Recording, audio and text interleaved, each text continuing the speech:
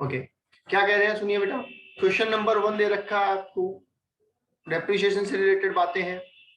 कुछ पार्ट मैं करवा देता हूं, कुछ पार्ट आप करने हैं, आपको करने हैं, ठीक है।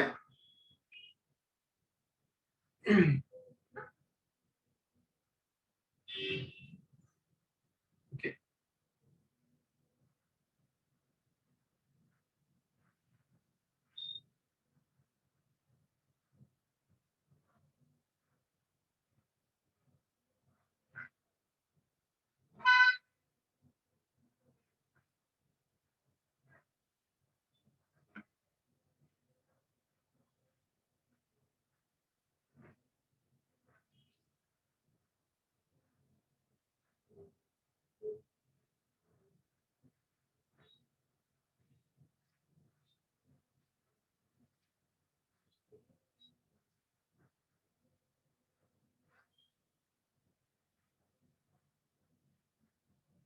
ओके। सबसे पहले चलते हैं बेटा, बेसिक केसेस पे चलते हैं। केस नंबर ए मैं यहां लिख लेता हूं। क्या मैं सबसे पहले ओपनिंग लिखूं? क्या मैं सबसे पहले ओपनिंग डब्ल्यूडीवी लिख लूं? जो हमें स्टार्टिंग में कह रखा है 1 अप्रैल 2020 को ओपनिंग डब्ल्यूडीवी है 80,000, राइट। आगे लिखा है furniture ex sold for ₹20,000 on 2020, ठीक है। तो इसका मतलब क्या कोई एडिशन है? क्या कोई एडिशन है क्या? नहीं है।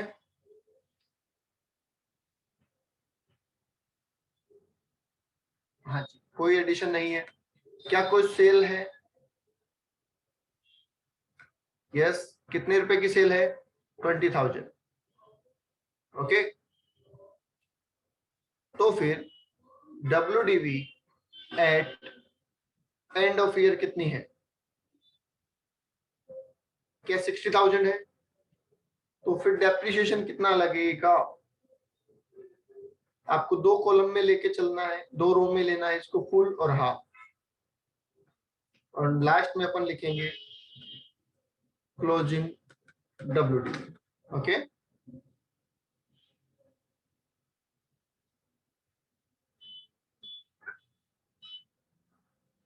ओके। अब फटाफट मेरे साथ करेंगे क्वेश्चन को। बताइए, फुल डेप्रिसिएशन लगाना है या हाफ? डेप्रिसिएशन फुल लगाना है या हाफ? पहले एग्जांपल में डेप्रिसिएशन फुल लगाना है या हाफ? ठीक है, कितना लगाना है? हमें लिखा है फर्नीचर है, तो जाहिर सी बात है फर्नीचर पे कितना लगाना होगा? 10%। फुल लगाना है मतलब 6,000, हाफ में कुछ आएगा नहीं, तो इसका मतलब ये हो गया 54,000। बोलिए, क्लियर है बेटा? एनी डाउट किसी को?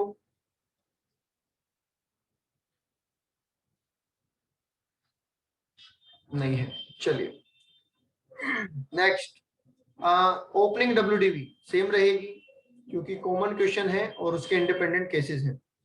Furniture ex sold for ₹1,00,000, 1 lakh में फर्नीचर एक्स सोल्ड कर दिया, क्या कुछ परचेज है? नहीं है। सोल्ड है 1 लाख रुपए का, इसका मतलब नेगेटिव डब्ल्यूडीवी है 20,000 रुपए की। बताइए क्लोजिंग डब्ल्यूडीवी कितनी होगी? कुछ नहीं होगा। एसटीसीजी या एसटीसीएल? बोलिए, एसटीसीजी या एसटीसीएल? एसटीसीजी, तो पॉजिटिव लिख देता हूं, 20,000 रुपए। हो गया काम।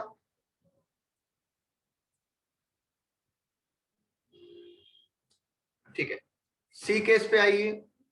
सी केस कह रहा है furniture ex sold for 1 lakh और furniture as purchase for 35,000 on 1st 7/2020। तो बताइए, क्या ओपनिंग तो 80,000 ही लिखना है? परचेज में कुछ लिखना है क्या? 35,000 लिखना है। सेल में कितना लिखना है? 1 लाख लिखना है। तो क्लोजिंग या WDV at end of year कितना बचेगा?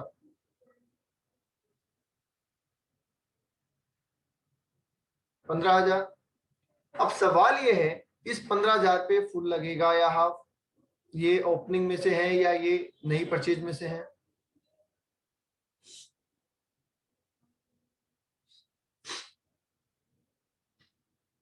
ये नई में से है। और नई कब खरीद पुट टू यूज कब आई है? देखो 1 जुलाई 2020 को परचेज है, तो बताइए फुल और हाफ। ये 1 जुलाई 2020 को परचेज है, तो फुल लगाना है या हाफ? फुल लगाना है। 15,000 पे फुल डेप्रिसिएशन 1,500 रुपए, हाफ कुछ होगा नहीं, ये आ जाएगा 13,500। बोलिए any doubts?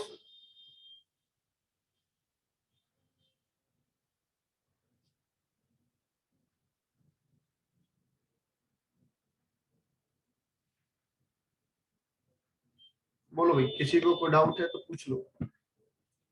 Anjali, Chanchal, Manish, Abhinav, Prachi, Priyanka and Raghav, Vishnu. और जो बच्चे क्लास रेगुलरली अटेंड नहीं कर रहे हैं, मैं उनसे फिर कहूंगा बेटा रेगुलरली अटेंड करें क्लास, अदरवाइज बहुत प्रॉब्लम होने वाली है। चलिए अब आ जाइए डी केस के ऊपर। डी केस में ओपनिंग कितना लिखना है? ओपनिंग तो सेम रहेगा, ठीक है। परचेज है क्या डी केस में? देखो furniture ex sold for 10,000, furniture x S purchase for 40,000। तो बताइए क्या 40,000 ऐड कर दूं, क्या 10,000 लेस कर दूं? तो क्या ये 1,10,000 बचेगा? यस। अब सवाल है कि इसमें फुल डेप्रिसिएशन कितने पे लगेगा? बताओ फुल डेप्रिसिएशन कितने पे लगेगा? कितना अमाउंट ऐसा है जिसपे फुल डेप्रिसिएशन लगेगा? पूरे 1,10,000 पे फुल ही लगेगा, क्योंकि पुराना है उस पे तो लगना ही है, और नई जो परचेज है वो भी 1 जुलाई की है, इसलिए उस पे भी फुल ही लगेगा। तो 11,000 का लगा दो, 99,000 आपकी क्या आ जाएगी? क्लोजिंग डब्ल्यूडीवी आ जाएगी। ओके चलिए केस नंबर ई। ओपनिंग कितना? वही 80,000 सेम चल रहा है। अब बोला है x sold for ₹10,000, S purchase for ₹40,000। 40,000 का खरीदा, ऐड कर दूं? 10,000 का बेचा, लेस कर दूं? तो डब्ल्यूडीवी कितना बचेगा? अगेन 1,10,000। अब बताइए फुल कितने पे? फुल डेप्रिसिएशन कितने रुपए पे?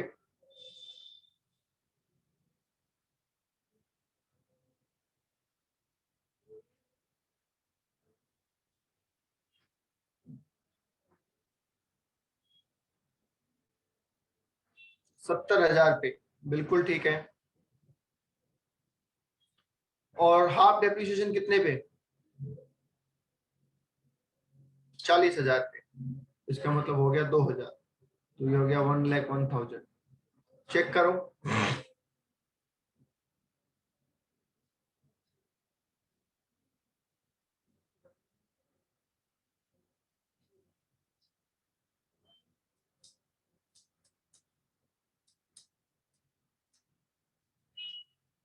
बोलो बेटा एनी डाउट्स?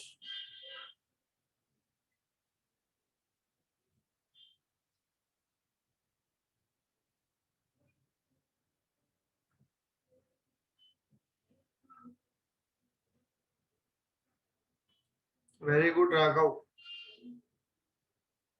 राघव पूरा अलर्ट रहता है क्लास में, वेरी गुड बेटा। यस आगे आ जाइए। एफ में 80,000 लिख दो बेटा। यस एफ में लिखा है furniture ex sold for ₹2,00,000 and furniture as purchase for ₹40,000।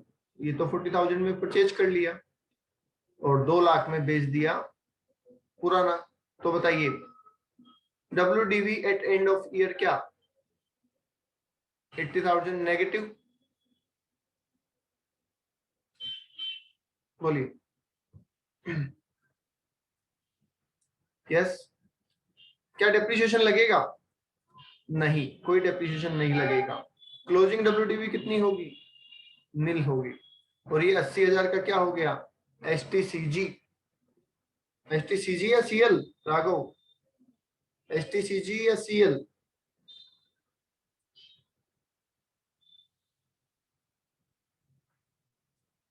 Yes STCG होगा बेटा, क्योंकि फायदा हो रहा है। डन।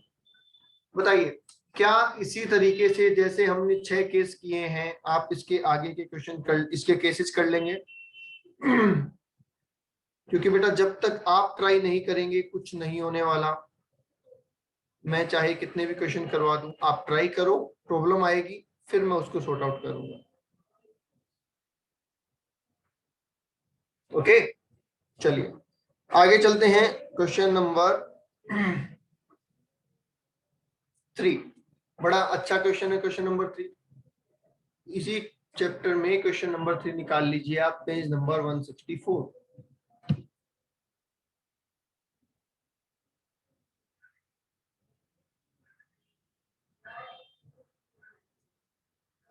ठीक है, डेप्रिसिएशन बेटा इसके पार्ट जो आपकी प्रॉब्लम है सारी निकाल लीजिए, मैं एक साथ करवा दूँ, क्योंकि अभी काफी बच्चों की दिक्कत आने वाली है। मुझे पता है इसके लास्ट के दो तीन पार्ट है उसमें सब बच्चों को प्रॉब्लम आएगी, पर मैं चाह रहा हूँ एक बार सभी ट्राई कर लीजिए, आफ्टर दैट मैं वो डेफिनेटली आपको करवाऊँ। ठीक है, ओके। क्वेश्चन नंबर 3 पे आइए और ध्यान से पढ़ना क्वेश्चन को। हमें लिखा गया है in industrial undertaking which commenced the manufacturing activity with effect from 1st September 2020 has acquired the following asset during the previous year 2021। क्या इसके दो मतलब आपने समझ लिए? इतना क्वेश्चन पढ़ के क्या दो बातें आपके समझ में आ गई? पहला तो ये कि ये मैन्युफैक्चरिंग है, इसका मतलब इसमें एडिशनल डेप्रिसिएशन होगा। बोलिए, मैन्युफैक्चरिंग होने का मतलब एडिशनल डेप्रिसिएशन होगा। दूसरी बात, ये कंपनी इसी साल बनी है, इसी साल इसने काम स्टार्ट किया है, तो क्या ओपनिंग डब्ल्यूडीवी होगी इसके पास? नहीं, इसके पास कोई ओपनिंग डब्ल्यूडीवी नहीं होगी। ओके बेटा, चलिए अब सुनिए आगे। ब्लॉक कितने बनेंगे? सबसे पहले फैक्ट्री बिल्डिंग, तो क्या एक ब्लॉक फैक्ट्री बिल्डिंग का बनेगा? यस। दूसरा लिखा है प्लांट एंड मशीनरी, तो क्या दूसरा ब्लॉक प्लांट एंड मशीनरी का बना दूं मैं? यस।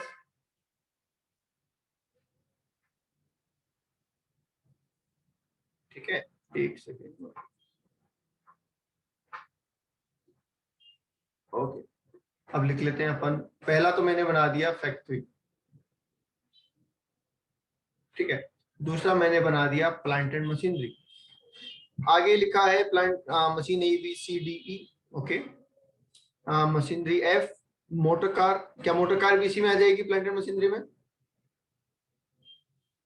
क्या मोटर कार भी प्लांट एंड मशीनरी में आ जाएगा? यस। आगे लिखा है एयर कंडीशन ऑफिस में, क्या ये भी प्लांट एंड मशीनरी में आ जाएगा? यस। तो मोटर कार नहीं आती क्या प्लांट एंड मशीनरी में? क्या motor car plant and machinery में नहीं आती? बिल्कुल आती है, अभी क्यों नहीं आती? यस। तो इसका मतलब दो ही ब्लॉक बनेंगे हमारे।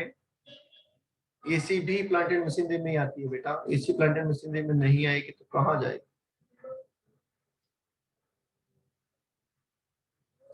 ठीक है, ओके। ओपनिंग डब्ल्यूडीवी सबसे पहले मैं लिख रहा हूं, क्या नील कर दूं? बताओ, क्या ओपनिंग डब्ल्यूडीवी नील कर दूं बेटा? यस। रेट कितनी लगेगी? फैक्ट्री बिल्डिंग पे क्या रेट लगानी है? क्वेश्चन नहीं कहेगा, आपको पता होना चाहिए। फैक्ट्री बिल्डिंग पे रेट क्या लगानी है? 10%। प्लांट एंड मशीनरी पे रेट क्या लगनी चाहिए?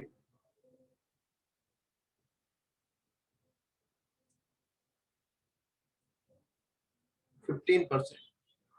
यहाँ पे कोई डाउट किसी को रेट के बारे में? 10 और 15 क्यों लिया, किसी को कोई डाउट है?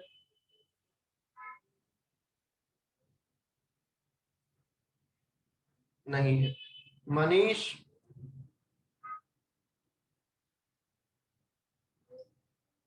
नहीं है।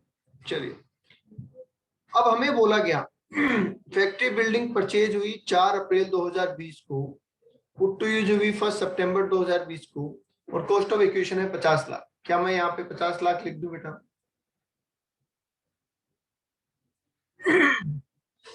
वो बातें बाद में काम आएगी कि परचेज कब है, पुट टू यूज कब है। इस साल पुट टू यूज हो गई तो हमें तो ऐड करना ही है। आगे लिखा है machine A B C D E F और मोटर कार। क्या सारी असेट इस साल पुट टू यूज आ गई क्या, ये चेक कर लो पहले। क्या सारी असेट इस साल पुट टू यूज आ गई?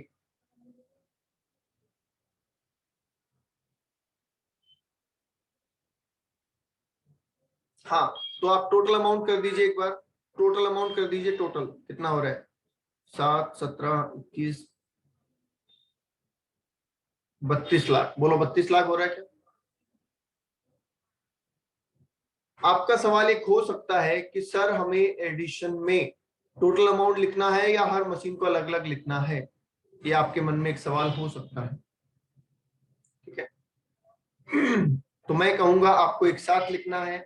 आप लिख दीजिए वर्किंग नोट नंबर 1 और यहाँ पे वर्किंग नोट नंबर 1 में सारी जानकारी दे दीजिए कि A B C D E F कब खरीदी थी, वो सारी डिटेल आप अलग से डाल दीजिए। यहाँ पे आपको टोटल लिखना है, ठीक है। राघव नेक्स्ट पेज नहीं देखा तुमने?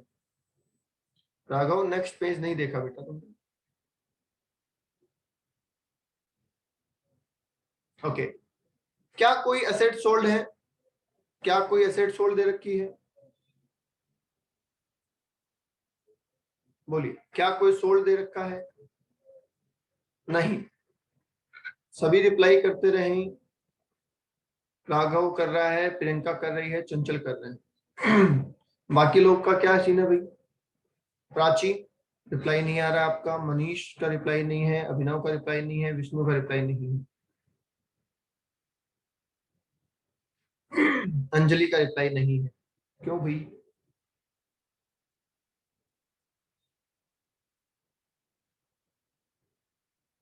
चलो, WDV at end of year, यहाँ पे 50 लाख और यहाँ पे 32 लाख, राइट।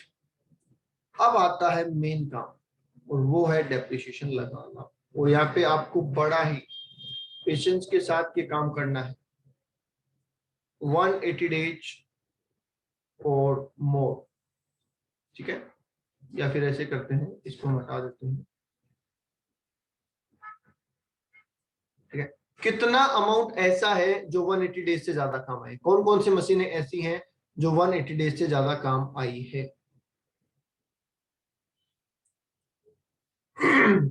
बताइए।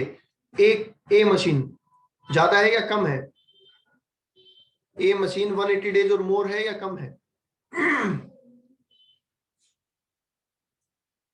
मोर मतलब मैं फुल लिख देता हूं, चलो फुल और हाफ बोलते हैं। बी पे फुल और हाफ, बी पे फुल और हाफ, फुल। सी पे फुल और हाफ, फुल। डी पे फुल और half, D D D. D पे क्या है? डी पे हाफ होगा, ध्यान से देखना, ठीक है। ई पे, ई मशीन पे बोलिए। ई पे हाफ है, यस। एफ पे, एफ मशीन फुल और हाफ, हाफ। मतलब स्टार्टिंग के 3 फुल और बाद में 3 हाफ। एक बार कंफर्म कर लो सभी, किसी का कोई डाउट है तो पूछ लो। कार पे हाफ और एसी पे हाफ।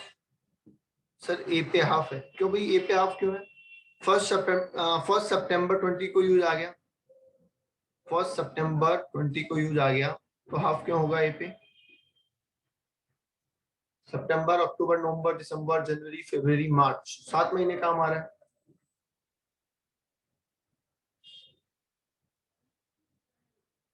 बोल दो एक बार, जितने मैंने फुल एंड हाफ लिखे हैं उस पे कोई डाउट है किसी का तो पूछ लो। जितने हमने फुल और हाफ लिखे हैं उसमें किसी का कोई डाउट है तो पूछ लो एक बार। नहीं है, ठीक है। नहीं है तो फिर लगाना स्टार्ट करो। जिन जिन एसेट पे फुल लगना है उनका अमाउंट जोड़ो। की बात कर लेते हैं, बोलो बिल्डिंग पे फुल और हाफ। बिल्डिंग पे फुल और हाफ बेटा, फुल। तो 10% के रेट से 5 लाख लगा दो, यस। अब प्लांट एंड मशीनरी पे ये फुल वाली एसेट का टोटल करो। प्लांट एंड मशीनरी में एसेट का टोटल करो बेटा।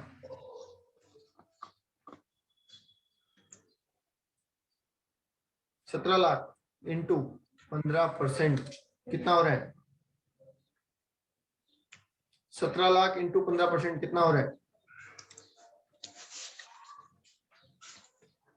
माइक कौन है किसी का? चंचल।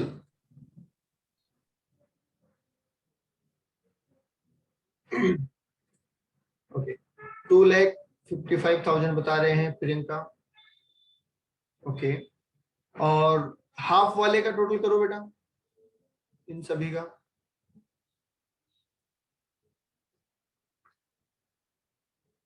हाफ वाले का टोटल कर दो।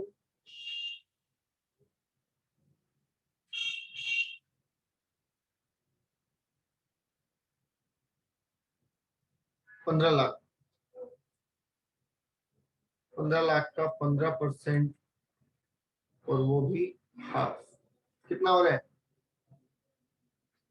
1,12,500। बोलिए, यहां तक किसी के कोई डाउट है तो बोलो।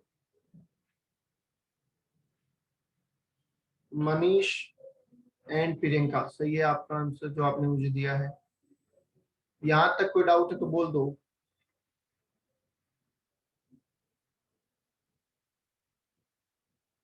बोलो भाई, यहां तक कोई डाउट है तो बोल दो। नहीं है, चलिए अब मैं लिख रहा हूं लेस एडिशनल डेप्रिसिएशन। याद है या भूल गए? एडिशनल डेप्रिसिएशन भी तो पढ़ना था। यस, याद है। तो मुझे बताओ, अगर आपको ये याद है तो कौन कौन सी असेट पे एडिशनल डेप्रिसिएशन मिलता है? क्या बिल्डिंग पे मिलता है? बोलिए, क्या बिल्डिंग पे मिलता है एडिशनल डेप्रिसिएशन?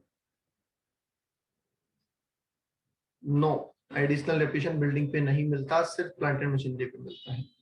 ठीक है, कौन कौन सी प्लांट एंड मशीनरी पे एडिशनल डेप्रिसिएशन मिल सकता है? बताइए, क्या ए पे मिल सकता है? क्या ए एलिजिबल है? ऐसे बता दो, क्या ए एलिजिबल है? यस। बी? यस। सी? यस। डी? यस। ई? बिल्कुल। एफ? बोलिए, एफ पे मिल सकता है क्या? एफ? नो। क्यों नहीं मिल सकता एफ पे? क्योंकि सेकंड हैंड है। कार पे? बोलिए, कार पे मिलता है क्या? कार पे मिलता है क्या? नहीं, क्योंकि रोड ट्रांसपोर्ट व्हीकल साफ साफ मना किए थे। एसी पे मिलेगा क्या? एसी पे मिलेगा क्या? नहीं। मिल सकता था अगर एसी फैक्ट्री में होती तो, पर एसी कहाँ पे है? ऑफिस में है, इसलिए नहीं। आई बात समझ में बेटा, कैसे करना होता है? ठीक है, अब सवाल ये है कि एडिशनल इन पे मिलेगा, ठीक है, पर अगेन इस पे फुल, इस पे हाफ। तो बताओ, एडिशनल के लिए फुल वाला अमाउंट कितना है? क्या वो तो वही है, 17 लाख रुपए? बताइए, क्या 17 लाख ही है इसमें भी? और रेट क्या होगी एडिशनल एप्लीकेशन की? 20%। ठीक है, और हाफ कितने पे मिलेगा? एडिशनल डेप्रिसिएशन हाफ कितने पे मिलेगा?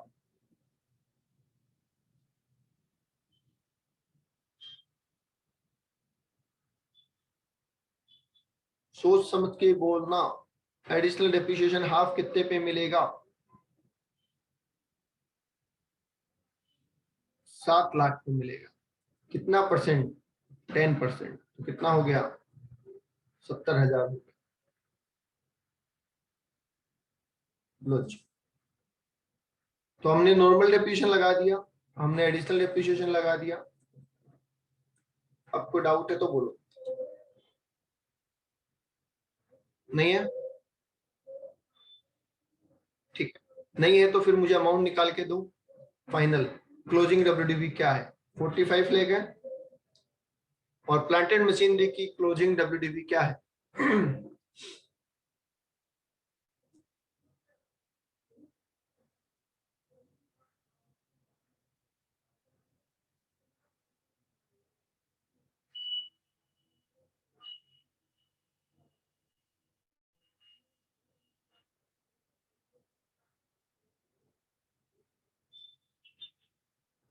24,22,500। चंचल बता रहे हैं 24,22,500।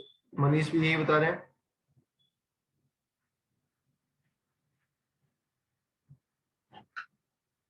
ठीक है,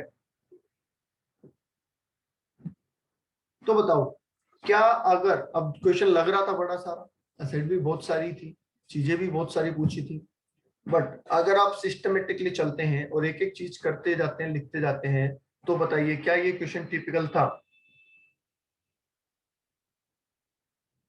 इसको ओरली करने की कोशिश करोगे, बहुत टिपिकल है। बिना लिखे आप देखोगे किस पे एडिशनल मिलेगा, किस पे नहीं मिलेगा, तो बहुत टिपिकल हो जाएगा। लिखते ही बहुत आसान है।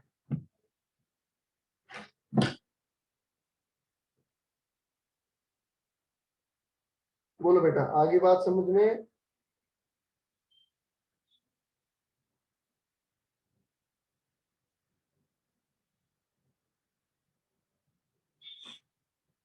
ठीक है, मैं एक बार बेटा उन बच्चों से फिर रिक्वेस्ट करता हूँ, ठीक है, उनको फिर सजेस्ट करता हूँ, प्लीज अटेंड रेगुलर क्लासेज।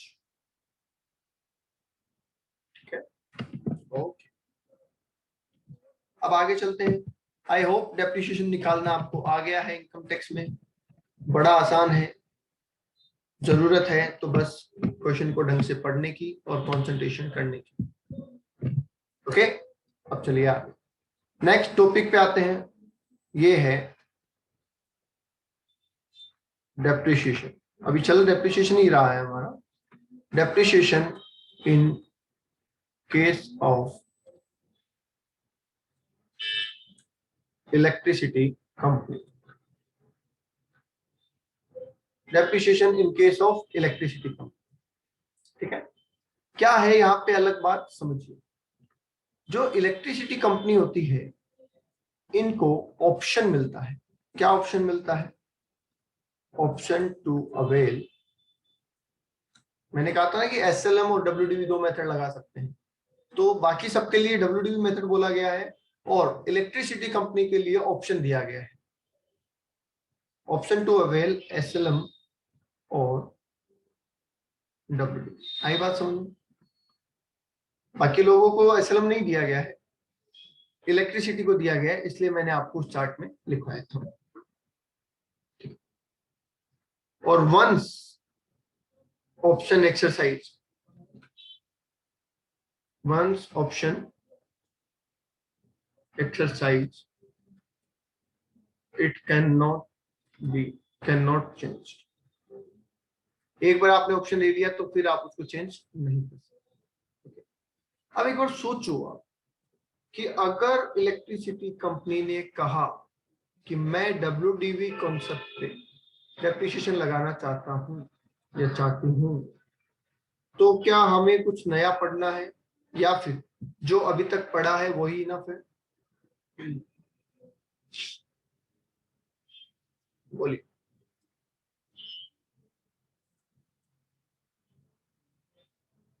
अगर कंपनी कहती है इलेक्ट्रिसिटी कि मैं तो ब्लॉक कॉन्सेप्ट डब्ल्यूडीवी पे जाना चाहती हूँ, तो ठीक है, हमने जो अभी तक पढ़ा वही कर दो, कुछ करने की जरूरत नहीं है। बट अगर वो कंपनी कहती है मैं तो एसएलएम पे जाना चाहती हूँ, तो फिर तो हमें एसएलएम पढ़ना पड़ेगा, क्योंकि अभी तक हमने एसएलएम नहीं पढ़ा है। तो चलिए फिर एसएलएम पढ़ते हैं। एसएलएम तो बड़ा ही आसान है, क्योंकि इसमें ओवर द लाइफ डेप्रिसिएशन लगता है। लगाने का तरीका आप सबको पता है, cost minus scrap upon estimated life. बोलिए, यही होता है, cost minus scrap upon estimated life. बड़ा आसान है सर ये तो, बिल्कुल आसान है बेटा, और हर साल यही लगता रहेगा, चेंज नहीं होगा। इसका मतलब एक बार में कहानी खत्म। ओके, अब यहाँ पे जो मेन मुद्दे की बात है वो क्या है? वो ये है कि यहाँ पे अगर आप कोई एसेट बेचते हैं जिसमें आपने आज तक डेप्रिसिएशन लगाया है एज पर एसएलएम, तो उसका क्या होगा? क्या यहाँ पे इंडिविजुअल एसेट की पहचान है? ब्लॉक में तो नहीं होती थी। क्या यहाँ पे इंडिविजुअल एसेट की पहचान है बेटा? यस, बिल्कुल, एसएलएम लगाएंगे तो इंडिविजुअल एसेट की पहचान होगी ही होगी।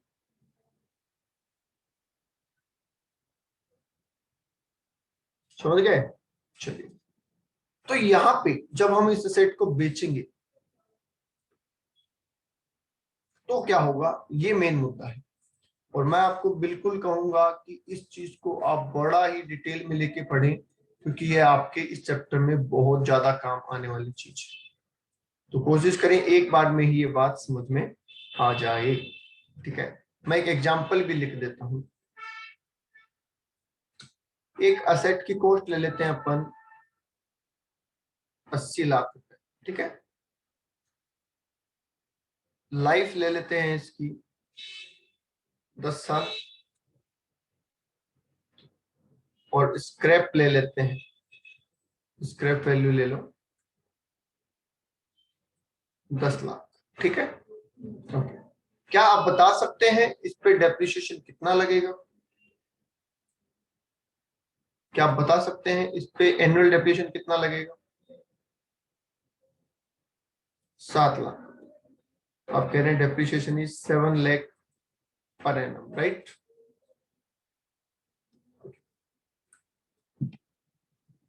अब देखिए आगे, इनकम टैक्स क्या कहता है? इनकम टैक्स में कोई भी चीज ओवर राइटिंग नहीं होती। ओवर राइटिंग का मतलब क्या? मान लीजिए मैंने P&L में लिखा डेप्रिसिएशन 1 लाख, या फिर डेप्रिसिएशन रहने दो, मैंने सैलरी लिखी 1 लाख रुपए P&L में। क्या इसका मतलब मेरी 1 लाख रुपए की सैलरी लगेगी या लग गई होगी? मेरा खर्चा जो है सैलरी का 1 लाख का हुआ। यस। अब हुआ क्या कि जिसको ये 1 लाख रुपए देने थे, जिसको ये 1 लाख रुपए मुझे देने थे, उस बंदे की डेथ हो गई पैसे लेने से पहले, और उसका कोई फैमिली मेंबर भी नहीं है। तो क्या मेरी ये 1 लाख की सेविंग होगी?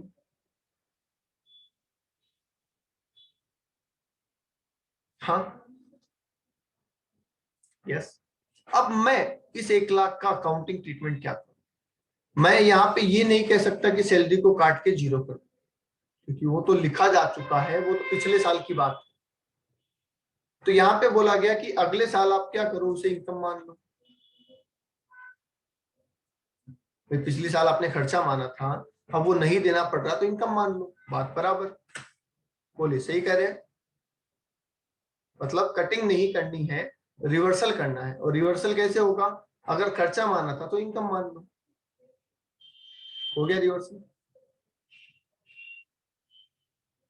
सिमिलरली मैंने किसी को उधार माल बेचा 5 लाख रुपए का, क्या मैं सेल में इंक्लूड करूं उस 5 लाख को? यस। और सेल में इंक्लूड करने का मतलब क्या, मैंने इनकम ट्रीट कर ली, क्योंकि सेल का टोटल आएगा, खर्चों का टोटल आएगा, तभी तो नेट प्रॉफिट निकलेगा। तो मैंने उसको P&L में लिख दिया और मैंने उसको इनकम ट्रीट कर ली। अब जब उससे पैसे लेने गया मैं अगले साल, वो कहता साहब मैं तो नहीं दूंगा, और मेरे 5 लाख रुपए डूब गए। तो बताइए, क्या मेरे 5 लाख का खर्चा हो गया? अब मैं ऐसा बोल सकता हूँ? यस। अब क्योंकि मैं पिछले साल उसको इनकम मान के टैक्स दे चुका हूं, तो इस साल मुझे उसी 5 लाख को खर्चा मान के टैक्स बचाना भी है, तो मैंने उसको P&L में डाल दिया बैड डेट्स। आई बात समझ में? तो ओवर राइटिंग नहीं होती कि पीछे जाके उसकी सेल हटा दो, है ना? सेल हटाएंगे तो पिछले साल का टैक्स गड़बड़ हो जाएगा, तो वो तो जो हो गया वो हो गया, अब उसका रिवर्सल कर। तो वैसे ही मुझे एक बात बताओ, आपने एक असेट इलेक्ट्रिसिटी कंपनी में काम में ली, तो और उस पर आप हर साल डेप्रिसिएशन लगाते जा रहे हैं, क्या ये डेप्रिसिएशन बिजनेस का एक्सपेंसेस है आपका? बताइए, क्या ये बिजनेस एक्सपेंसेस हो रहा है? हाँ। और ये क्या हर साल P&L में जा रहा है? हाँ। मतलब हर साल इनकम टैक्स वाले इसको खर्चा मान के आपका टैक्स छोड़ रहे हैं। अब अगर आपने इस एसेट को बेचा,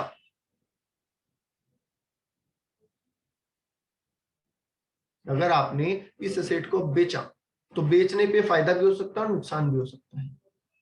पर वो फायदा कैसे देखेंगे ये हम बात कर रहे हैं। तो एक बार एग्जांपल को सुनिए बेटा ध्यान से।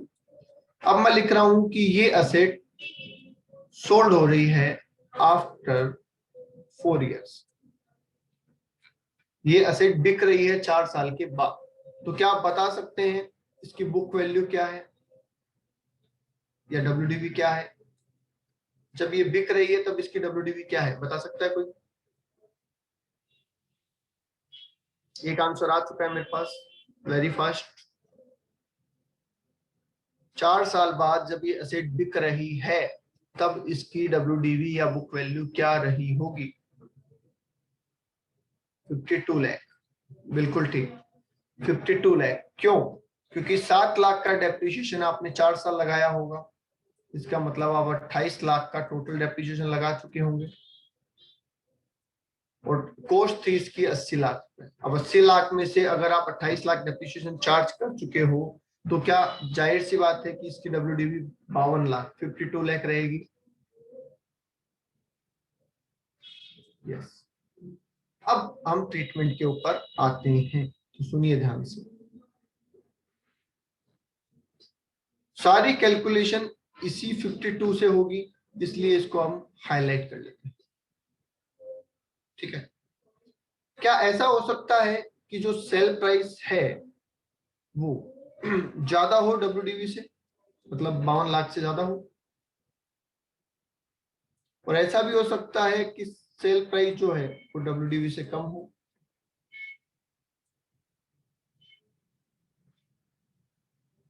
यस, बिल्कुल हो सकता है। तो सोचो, अगर सेल प्राइस डब्ल्यूडीवी से कम होता, तो फॉर एग्जांपल सेल प्राइस होता 40 लाख, तो क्या हमें नुकसान होता? एग्जांपल से चल रहे हैं, क्या हमें नुकसान होता? यस, कितना?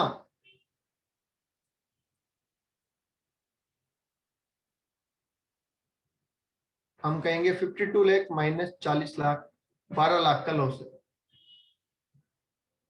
ठीक है, बिल्कुल 12 लाख का लॉस है। तो इसे हम क्या इस असेट का आखिरी डेप्रिसिएशन मान ले तो चलेगा? हर साल हम एक सिस्टमेटिक डेप्रिसिएशन लगा रहे थे और अब जब असेट ही नहीं रही है, किस्सा ही खत्म हो गया, तो क्या मैं इसे आखिरी डेप्रिसिएशन मान के पीएनएल में डाल दूं? यस। तो इसे बोला गया टर्मिनल डेप्रिसिएशन और ये चला गया पीएनएल। बोलो कोई प्रॉब्लम?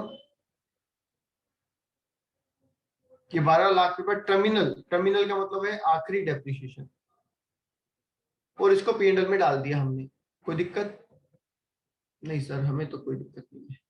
ठीक है। अब आते हैं दूसरे केस के ऊपर, सुनना ध्यान से। सेल प्राइस डब्ल्यूडीवी से ज्यादा है,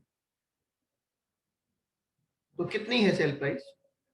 मान लेते हैं 60 लाख रुपए है। 60 लाख रुपए, बताओ प्रॉफिट हुआ?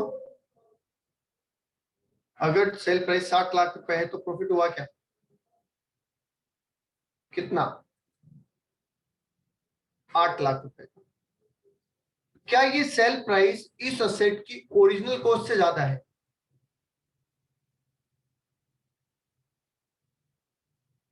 क्या ये सेल प्राइस असेट की ओरिजिनल कॉस्ट से ज्यादा है क्या? ओरिजिनल कॉस्ट कितनी थी? 80 लाख रुपए। नहीं, तो मैंने लिख दिया है sale price is less than original cost. 8 lakh का प्रॉफिट हुआ है, इसमें कोई शक नहीं है, बोलो हाँ या ना। क्या 8 लाख का प्रॉफिट हुआ है? यस। अब मेरा सवाल ये है कि क्या ये 8 लाख रुपए हमें पीएनएल में ले जाने चाहिए एज एन इनकम? क्योंकि पहले हम 28 लाख का खर्चा ले जा चुके हैं इसी एसेट की वजह से।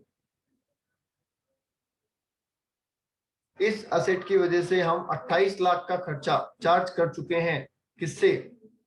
बिजनेस एंड प्रोफेशन के पीएनएल से। तो जब भी इस असेट से प्रॉफिट होगा तो क्या उस पे पहला हक बिजनेस का होगा एज एन इनकम? बिल्कुल, ये बिजनेस में जाएगा। अच्छा, 28 लाख तक प्रॉफिट हुआ तब तो बिजनेस में जाएगा, पर अगर 28 लाख से ऊपर प्रॉफिट हुआ तो भी क्या बिजनेस का हक बनता है?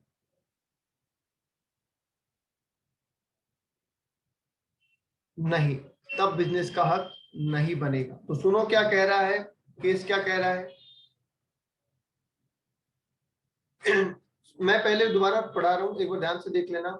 हमने कहा सेल प्राइस डब्ल्यूडीवी से ज्यादा है, मतलब सेल प्राइस 52 लाख से ज्यादा है, पर सेल प्राइस ओरिजिनल कॉस्ट से ज्यादा नहीं है।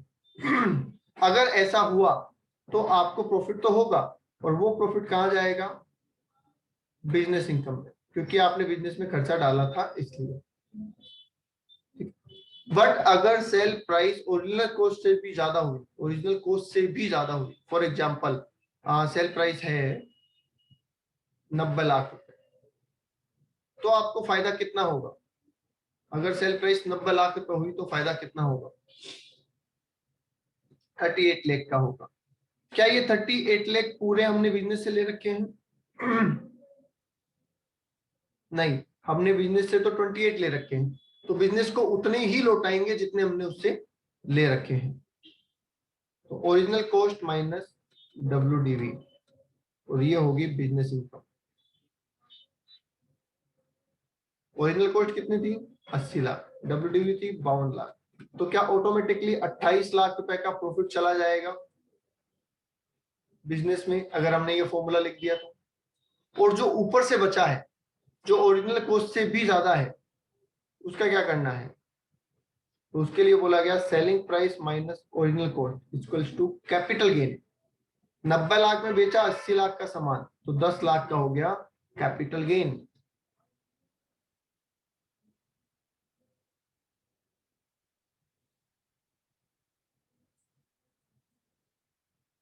बोलो बेटा, आई बात समझ में? दोबारा सुन लो, कंसेप्ट क्या कह रहा है? कंसेप्ट ये कह रहा है कि जितना एक्सपेंसेस आपने डेप्रिसिएशन के रूप में P&L से चार्ज किया हुआ है, अगर वहां तक फायदा होता है तो पहले P&L को लौटाओ, और उससे ज्यादा फायदा होता है तो कैपिटल गेन में ले जाओ। बोलो जी, बात समझ में आ गई?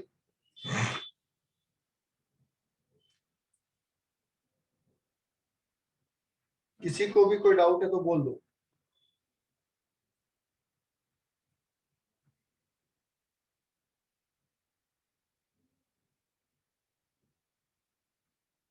ठीक है, जैसे इस डेप्रिसिएशन को, इस लॉस को एक नाम दिया टर्मिनल डेप्रिसिएशन, वैसे ही इस इनकम को नाम दिया है बैलेंसिंग चार्ज। क्या नाम दिया है? Balancing charge.